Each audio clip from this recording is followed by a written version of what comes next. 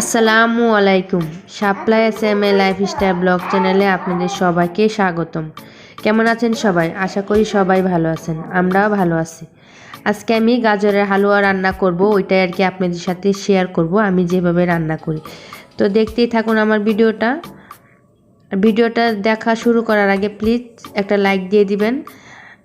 Like দিয়ে পুরাটা video দেখা শুরু করবেন, আর টেনে টেনে কেউ ভিডিও দেখবেন না, এটা আপনাদের কাছে অনুরোধ রইল। সম্পূর্ণ ভিডিওটা দেখার জন্য অনুরোধ রইল।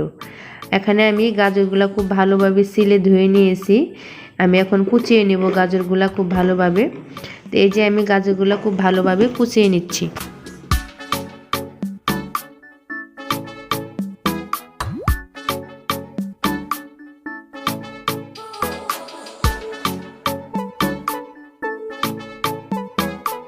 চুলাতে আমি একটা ফ্রাই প্যান বসিয়ে দিয়েছি। ফ্রাই প্যানে আমি দিয়ে দিব ঘি পরিমাণ মতো।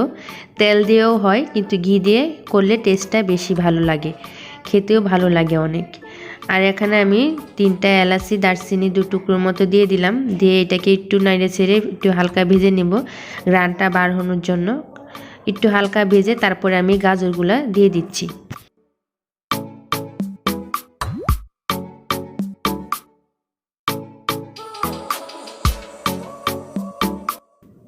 গাজরগুলো দিয়ে আমি 5 মিনিটের মতো গাজরগুলো একটু ভেজে নেব। বেশি ভাজলে গাজরের কালারটা নষ্ট হয়ে যাবে, তো বেশি ভাজা লাগবে না। আমি 5 মিনিটের মতো ভাজবো, যেন গাজরের যে একটা কাঁচা গন্ধ আছে ওই গন্ধটা যেন না থাকে।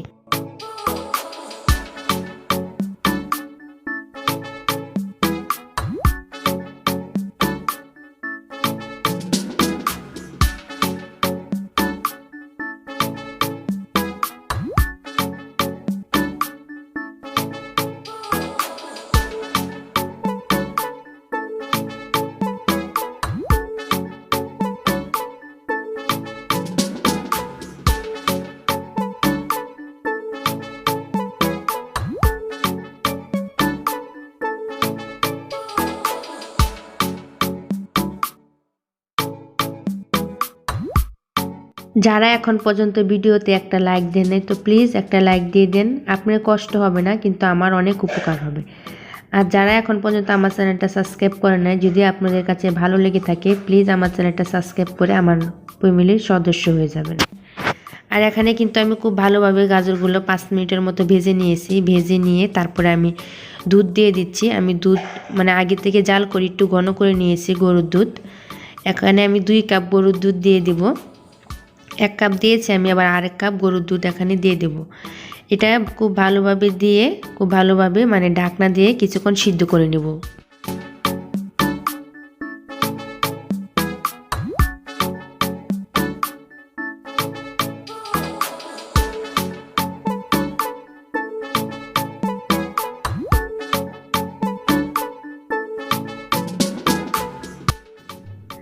আমি ঢাকনা দিয়ে ঢেকে দিয়েছিলাম। ঢাকনা উঠিয়ে এখানে আমি একটু লবণ দিয়ে দিলাম। মিষ্টি খাবারে লবণ দিলে কিন্তু খাবারের টেস্টটা অনেক গুণ বেড়ে যায়।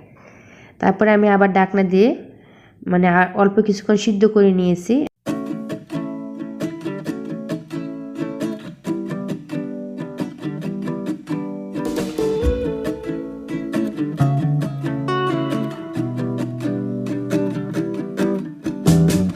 একটু চিনি দিয়ে দেবে, এখন পরিমাণ মতো চিনিটা আমি দেব। তো যে যেরকম খান ওরকম আর কি চিনিটা দিয়ে দিবেন।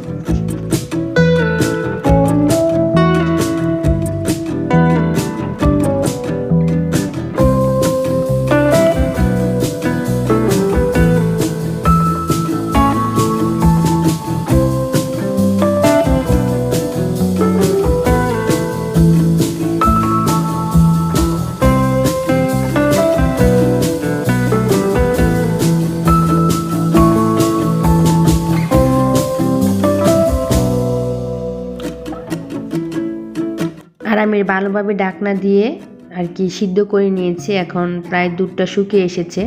এখানে আমি কিশমিশ আর হচ্ছে মানে বাদাম কুচি দিয়ে দিব। দিয়ে তারপরে আমি এখানে নারিকেল কুড়িয়ে নিয়েছি, অল্প করে নারিকেল কুড়ানো দিয়ে দিছি আমি।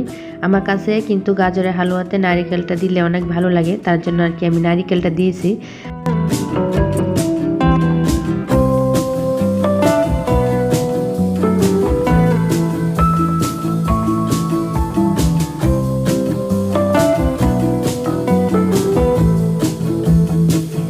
নারিকেলটা দিয়ে আমি কিছুক্ষণ নেড়ে ছেড়ে তারপরে গুঁড়া দুধ দিয়ে দিচ্ছি। গুঁড়া দুধটা দিলে কিন্তু খেতে অনেক ভালো লাগে।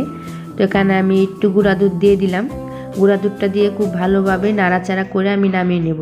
তো আমার গাজরের হালুয়াটা কিন্তু প্রায় হয়ে গেছে। এখন আমি অল্প একটু ঘি দিয়ে দিচ্ছি নামানোর আগে, তো গ্রানটা অনেক ভালো আসবে খেতে। তো 1 চামচের মতো ঘি দিয়ে দিচ্ছি আমি। আর এখন একটু নাড়াচাড়া করে আমি এটা নামিয়ে নেব। আর যারা এখন পর্যন্ত একটা লাইক দেন নাই প্লিজ লাইক দিয়ে দিবেন। আর যারা অলরেডি এই কাজটা করে ফেলেছেন সবাইকে জানাই অসংখ্য অসংখ্য ধন্যবাদ। আর এই যে আমার গাজরের হালুয়াটা হয়ে গেছে। আজকের ভিডিওটা এখানেই শেষ করব। সবাই ভালো থাকবেন, সুস্থ থাকবেন। আল্লাহ হাফেজ। আসসালামু আলাইকুম।